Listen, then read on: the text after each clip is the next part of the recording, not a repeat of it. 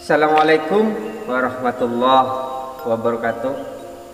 Ketemu lagi dengan saya Ridho Arya Raspati, tentunya di channel Laskar Jogotole. Kali ini banyak permintaan di mana harus mengupas tuntas tentang fenomena-fenomena orang kesurupan yang terlalu kental di masyarakat, khususnya di daerah atau di Indonesia ini ataupun di Nusantara. Karena yang saya dari beberapa sejarah, Indonesia dengan India itu hampir sama dengan fenomena kesurupannya. Dan buat sahabat subscriber channel Laskar Jogotole, semoga senantiasa sehat selalu dan murah rezeki. Terus dukung channel kami, yaitu jangan lupa subscribe, like, and share. Semoga video ini kali ini bermanfaat buat pendengar dan penonton videoku.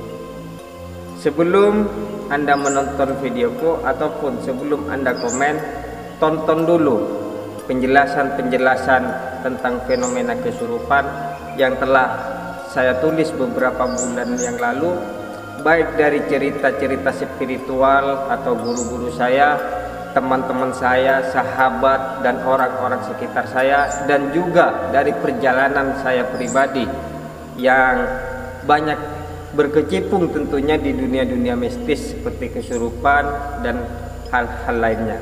Sehingga buat para pendengar setiaku di channel Laskar Jogotole tidak selalu menyalahkan jin, setan, dan ruh halus dan makhluk-makhluk gaib lainnya, sehingga kasihan jinnya buat sahabat. Nanti orang kesurupan jin lagi. Sebenarnya saya akan membahas secara gampang tentang kesurupan versi ilmiah, dan saya akan gamblang semua di sini melalui buku saya yang telah saya tulis, yang telah saya rangkum beberapa bulan terakhir ini dari segi pengalaman-pengalaman yang ada, dimana pada umumnya orang yang kesurupan adalah dimasuki roh halus, baik dari jin, setan, khaddam, dan semacamnya. Maka saya di sini akan menuntas sebuah fenomena kesurupan tersebut. Orang kesurupan akan bertindak aneh, seperti suaranya berubah, dan juga banyak hal-hal mistis lainnya seperti bersuara harimau, menggaul, dan lainnya. Dan menurut buku ini, apakah pendapat itu benar? Banyak orang bertanya seperti itu kepada saya. Maka saya akan jawab melalui buku yang saya tulis ini. Bagi saya bisa iya, bisa tidak. Karena kenapa? Karena bisa-bisa itu dikuasai oleh emosionalnya sendiri, atau memang ada hal mistis seperti roh halus atau jin, setan, dan semacamnya, memang energinya menempel atau merasuki tubuh sang mediator tersebut atau subjek tersebut. Misalnya saja di India, telah saya sebutkan video di awal tadi bahwa India dan Indonesia sangat hampir sama peradabannya, yang kultur dan budayanya mirip dengan Indonesia. Sering ditemukan orang-orang kesurupan yang angkanya mencapai sekitar 1-4% dari populasi umum. Dan menurut saya, memandang fenomena kesurupan ini secara gampang, maka saya akan bahas secara gampang, secara mungkin lebih jelas, lebih padat, dan lebih dimengerti buat sahabat subscriber channel Laskar Jogotole.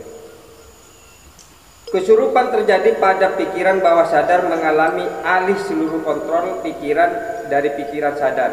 Pikiran bawah sadar tipikalnya tidak terstruktur atau tidak terkontrol, ya, penuh emosi, imajinasi, dan memori jangka panjang. Kemudian wajar saja jika seseorang kesurupan menjadi sangat emosional, bahkan cenderung melebihi, meluapkan emosinya yang tidak terkontrol. Biasanya bentuk luapan dengan berteriak atau menangis sangat kencang. Kondisi seperti ini terjadi di orang-orang yang mengalami stres berat, overblock, dan block mental. Overblock mental juga bisa. Saat stres, kecenderungan memahami emosi di dasar bawah sadar sangat besar. Mungkin dipendam, jika akhirnya tidak dapat ditampung lagi, yang terjadi adalah kesurupan. Dan menurut perjalanan saya dan tim saya di Laskar Jogodole, ada beberapa fenomena yang sangat menjanggal, sehingga mereka selalu menyalahkan makhluk halus, roh halus, jin, setan, dan sejenisnya. Buat sahabat, di situ saya mencari sebuah titik pengalaman dan titik kelemahan saya pribadi dan juga tim Laskar Jogodole, bahwa mediator tersebut tidak bisa dituntaskan atau tidak bisa dibuang energinya atau roh halusnya, atau secara gampangnya itu jinnya yang selalu merasuki tubuhnya, sehingga dia sering mengalami kesurupan dan kesurupan. Setelah saya telusuri dalam versi ilmiahnya yang sangat gampang, yaitu sebenarnya dia adalah overblock, di mana ada sesuatu kejadian sebelumnya, yaitu sesuatu kejadian yang mungkin bagi mereka atau bagi tubuh pasien atau mediator tersebut itu sangat ekstrim, sehingga mempunyai kesempatan yang sangat mempunyai kesempatan dalam kesempitan, sehingga dia kerasukan atau kesurupan. Saya selalu bilang kepada beberapa saudara, teman, dan juga berkonsultasi kepada spiritual lainnya, ya baik secara guru saya, kepada guru saya, dan kepada teman-teman spiritual yang selalu berkecimpung di dunia mistis. Ya, pendapatnya hampir sama dengan saya, cuma beda versi. Buat sahabat channel ya, dia memang overblock. Ada sebuah alasan yang alam bawah sadarnya itu tidak terkontrol atau terlalu trance, istilahnya bahasanya ilmiahnya adalah trance, di mana tingkat sadarnya dan alam sadarnya itu lebih fokus kepada alam sadarnya. Istilahnya lah stres berat dia dengan sebuah alasan-alasan tertentu. Beberapa bulan yang lalu juga saya dapat keanehan yang ganjil juga, di mana ada kesurupan sangat berontak dan ngamuk-ngamuk lah. Itu termasuk umurnya ya dewasa, atau dibilang juga orang tua setengah tubuh. Sebenarnya saya selalu bilang, jangan selalu menyalahkan jin, roh halus, dan setan. Kasihan jinnya dan setannya, selalu ditimpal baliknya kepada mereka, setan lagi, jin lagi. Kasihan loh, dia juga punya perasaan. Bagaimana kalau perasaannya jin seperti itu, terus bilang jinnya kepada kita, saya lagi manusia yang salah saya apa? Nah, di situ, di titik poinnya yang saya bilang begitu, sebenarnya dia juga overblock mental. Ada permasalahan yang sangat rumit di keluarganya orang dewasa tersebut, sehingga ngefrog mentalnya atau overblock mentalnya dibawa ke alam bawah sadarnya, sehingga kayak orang kesurupan. Orang-orang seperti itu biasanya cenderung sulit untuk disembuhkan. Kenapa saya bilang begitu? Terkecuali ya, kenapa saya bilang begitu? Karena walaupun di rupiah, di bawah ke spiritual lainnya, itu sangat sulit saudara-saudara, sangat sulit, bahkan bisa-bisa tidak bisa. Wallahu a'lam. Semua ada sebabnya dan bersabab, biar tidak selalu menyalahkan jin. buat di dunia spiritual ini. Ada yang overblock, ada yang memang kesurupan, ada karena jin itu ada. Jin karena al-jinnu wal insi dalam sebuah ayat-ayat Quran dan juga dalil-dalil jin dan manusia pasti ada. Dan ada memang. Itu sudah dalil-dalil Tuhan ya. Buat sahabat kalau versi agamisnya atau agamanya. Begitu. Saya kalau agama tidak terlalu mengerti. Sehingga saya tidak terlalu membahas agama ya. Dan buat sahabat di channel Laskar Joko Tole, saya ulangi jangan selalu menyalahkan jin, kasihan jinnya. Tapi kita harus bagaimana menelusuri trendnya dia mempunyai permasalahan yang rumit. Nah contohnya teman saya bercerita, saudara atau teman saya bercerita, dia sedikit mempunyai pengalaman dari saya tentang versi ilmu ilmiah menuntaskan atau mengeluarkan rezeki. Dia bercerita seperti ini. Ada orang kesurupan, dia tidak mau sembuh-sembuh. Sampai beberapa orang pintar, ahli spiritual mendatangi dan bahkan dibawa kemana-mana juga tidak kunjung sembuh.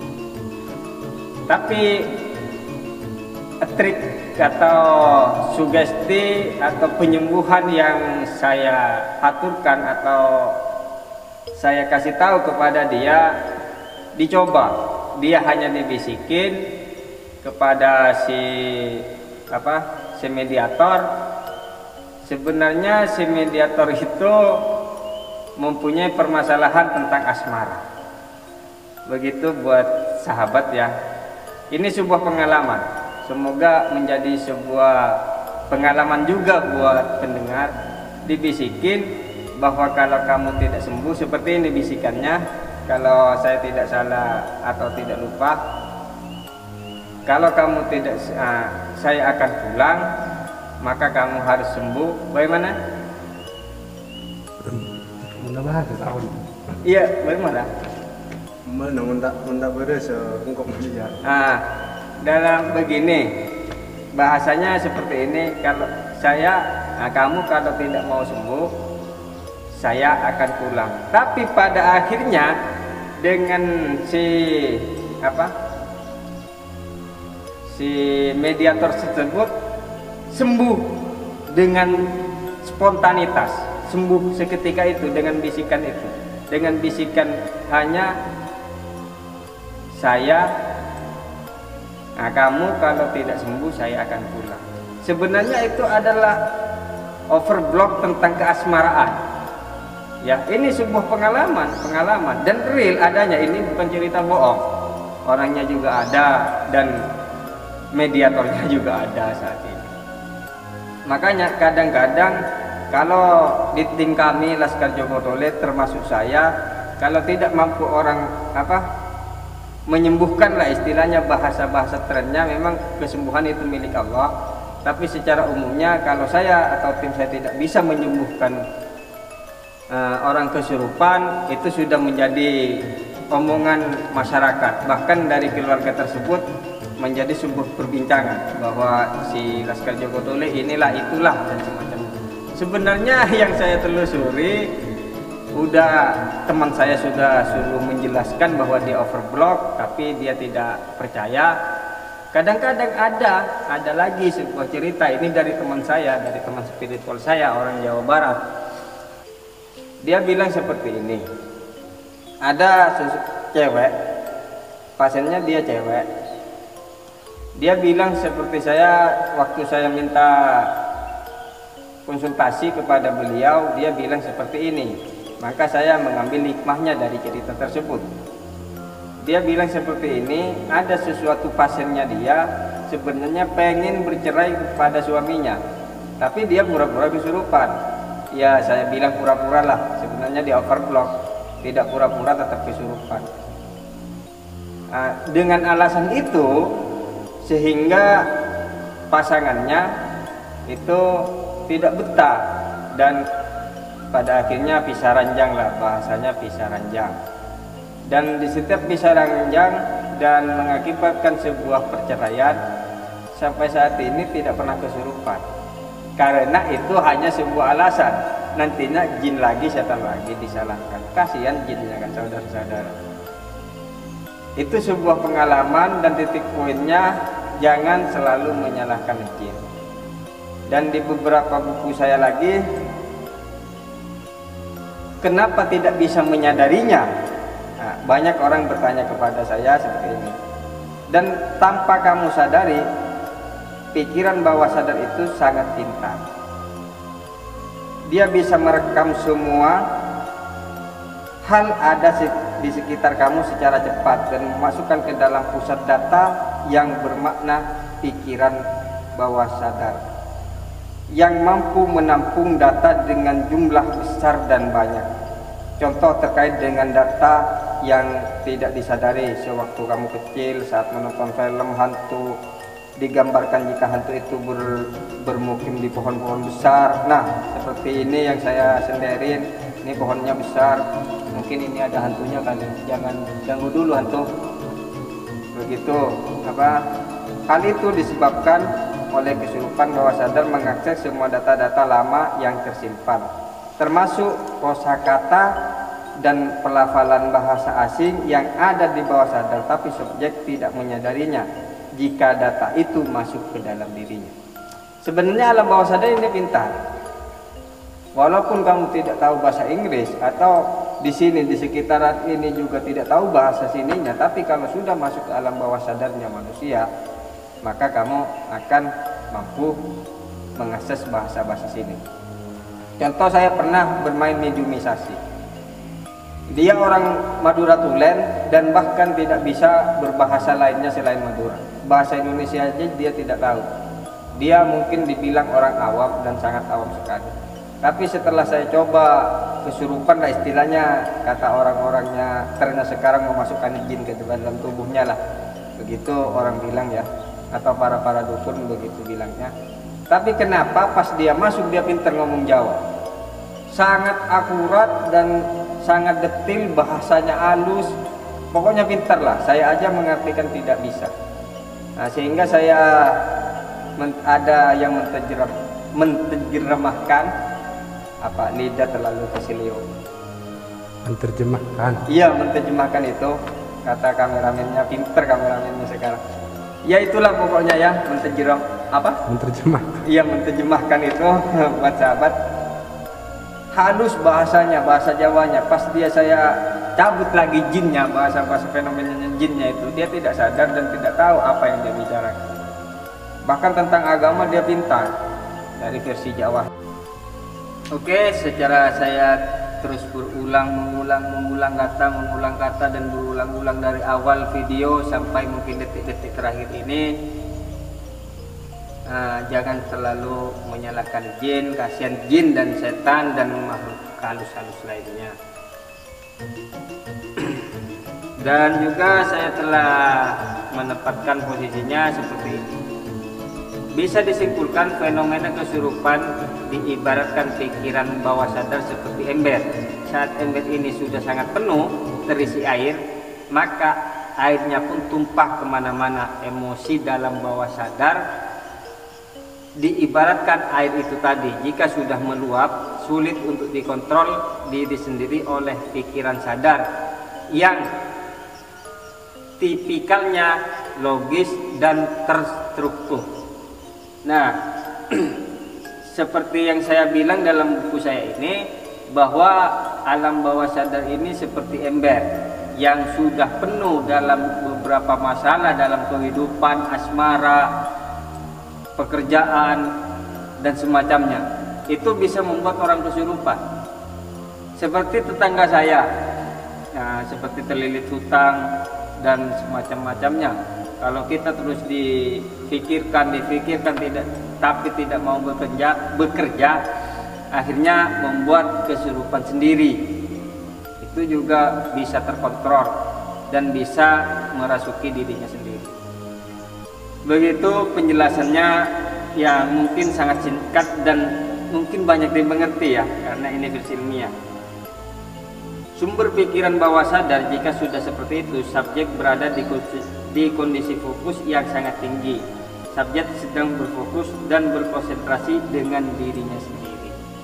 Maka dalam hal tersebut, jangan biarkan alam bawah sadar kalian itu terlalu terkontrol oleh emosional sadarnya.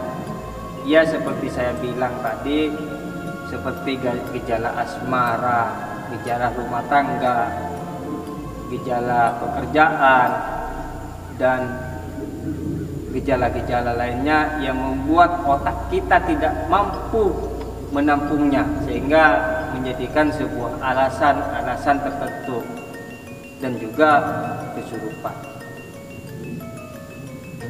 Walaupun secara ilmiah dan medis penyebab kesurupan karena faktor pikiran alam bawah sadar, namun masyarakat Indonesia, khususnya Madura, masih beranggapan kalau kesurupan akibat faktor makhluk halus. Ya, banyak seperti orang seperti bilang gitu. Makanya kalau saya selalu bilang kepada teman-teman saya, orang-orang yang mendekati saya, jangan terlalu menyalahkan jin, setan, roh halus, kodam, dan lain-lainnya. Kasihan mereka udah hidup tenang di alamnya, jangan diusik sana sini, diomongin, jadinya fitnah kepada alam jin, ya toh. Kalau sebuah alasan mau bercerai, cerai secara baik-baik. Kalau buat yang mengalami fenomena asmara atau perselingkuhan dan lain-lainnya, kasihan dukunnya dan kasihan kepada tim-timnya juga. Nanti yang disalahkan itu pasti dukunnya, bukan masalah titik poinnya, bukan masalah jinnya dan setannya. Karena alasan tersebut sudah saya kantongin dari beberapa perjalanan spiritual saya, bahwa tidak semuanya kesurupan itu jin. Bahkan terus terang demi Allah saya bersumpah, saya menyembuhkan orang kesurupan tanpa doa. Kebanyakan yang saya jalani menyembuhkan orang kesurupan, saya tidak pernah, bahkan tidak sama sekali menggunakan doa. Secara gamplangnya atau secara gampangnya ataupun secara gilanya, bahkan mengucapkan bismillah saya tidak pernah. Ini secara gamplangnya saya bicarakan. Ya, karena alam bawah sadar itu ada titik-titik poinnya tertentu. Kalau pengen tahu ya duduk bersama. Ya, inilah adalah nilai dan kepercayaan yang sudah turun-temurun dari dulu dan sudah menjadi nilai kuat di pikiran bawah sadar. Saat sudah menjadi nilai kuat, sulit untuk diubah atau diganti secara cepat. Dan faktor agama dan budayalah penyebabnya. Tapi kedua faktor itu tidak bisa dijadikan kambing hitam dari permasalahan kesurupan. Nah, di sini kadang-kadang dijadikan kambing hitam. Nah, baik budaya atau agama kadang-kadang dijadikan kambing hitam. Ya, seperti saya dan tim Laskar Joko Tole yang terlalu banyak dijadikan kambing hitam. Karena kalau orang sadar, setiap batas kemampuan manusia itu ada batasnya. Setiap batas itu ada manusianya. Setiap manusia itu ada batasnya. Ya, buat sahabat, ingat kata-kata saya, setiap manusia itu ada batasnya, setiap batas itu ada manusianya. Begitulah. Makanya jangan selalu menjadikan sebuah kambing hitam dari permasalahan Anda. Kami hanya berusaha mencari solusi yang terbaik di kehidupan Anda.